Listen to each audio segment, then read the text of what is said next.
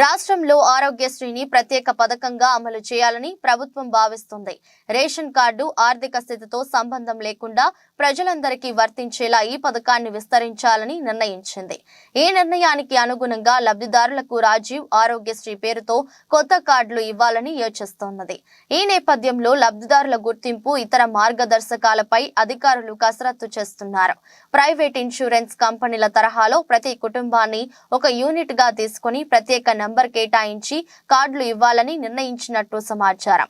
రాష్ట్ర వ్యాప్తంగా అందరికీ డిజిటల్ హెల్త్ ప్రొఫైల్ రూపొందిస్తామని ఇప్పటికే ప్రకటించిన ప్రభుత్వం ఈ వివరాలను ఆరోగ్యశ్రీ కార్డులతో అనుసంధానం చేయనున్నది.